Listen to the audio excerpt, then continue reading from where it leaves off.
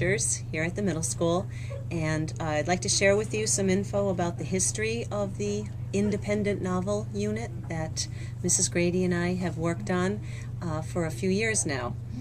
The novel unit centers around 3 novels that the students choose, one which fits their reading ability, fits their interest level, and what's great about these novels is that they have very detailed tie-ins to American history, which, as you know, our curriculum in the 8th grade in the middle school doesn't really touch too much on American history. So wherever the kids can get any and add to what they have, it's great. The novels are Nothing to Fear, a story about a young boy growing up during the Great Depression era. Cold Sassy Tree, another young boy character, 14 years old, growing up in the early 1900s and experiencing all the new inventions coming our way, such as automobiles and electricity and things like that. And the third novel is A Tree Grows in Brooklyn, centered in Brooklyn, New York, just prior to World War I. The story begins. A sad story about a young girl who has to persevere through family issues and poverty and things like that. So we have this book discussion unit where we meet once a week on a day where we have all 5 of our classes straight through. And when the kids have chosen their books, it roughly turns out that 1/3 of my class, for example, will have chosen one book, 1/3 another book, 1/3 another book. And we tweak the numbers a little bit. So we get 3 teachers at least involved in the book groups. So Mary Ellen Grady is working with A Tree Grows in Brooklyn. I work with Cold Sassy Tree. And this year we've enlisted the help of Diane Norby, Jason Webster, our vice principal, and our learning specialists, Jen Canali and Jean Ernst, also to conduct the discussions in the book group.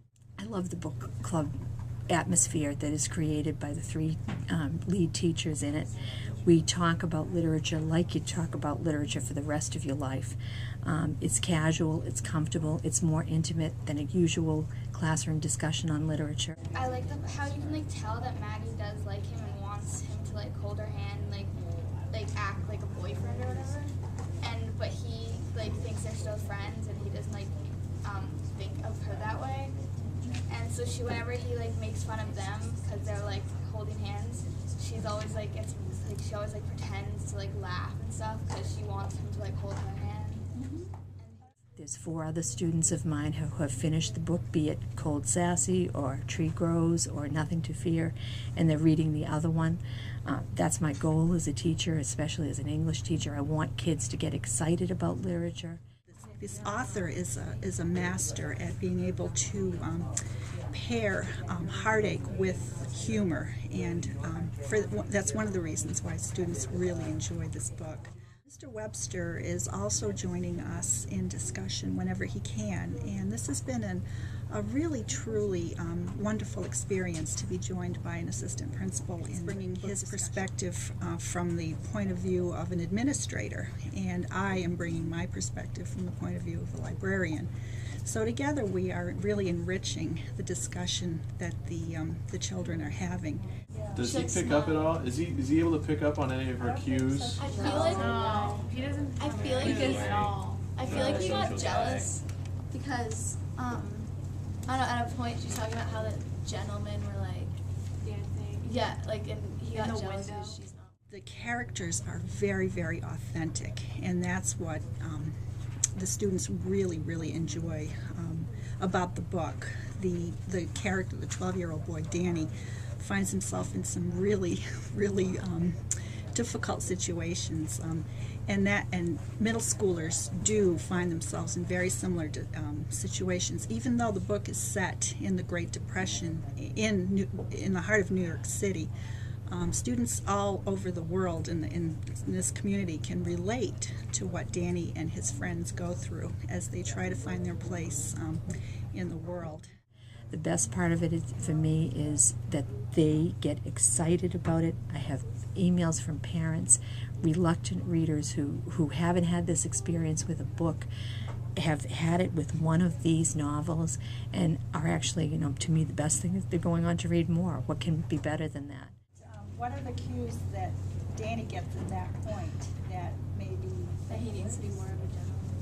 well, yes, but what about he sees her in a different light? It's very informal, it's very non-threatening, and once the kids warm up, they see that it's okay to talk. Even we get the shy ones to talk, which is great. And we found that if we kind of open up our discussion by going around the room and just having everybody say something, anything that happened in that group of chapters that they had to read, whether it was something they thought was funny, something they thought was confusing, something that angered them about the characters. And little by little, without having a structured agenda, we kind of cover everything in all those chapters that we should have covered anyway. How was he dressed? Big Watch too many. Yeah. It's like in a coat. Gonna suck blood out of you. He had a weird hat. Like a wreck. A big raccoon. Yeah. Would that fly nowadays? No. Not popular. I am thrilled to be able to share literature in this way with students and make these connections. So I think this partnership that we have with teachers and administrators is just a wonderful, wonderful way to bring books alive for students.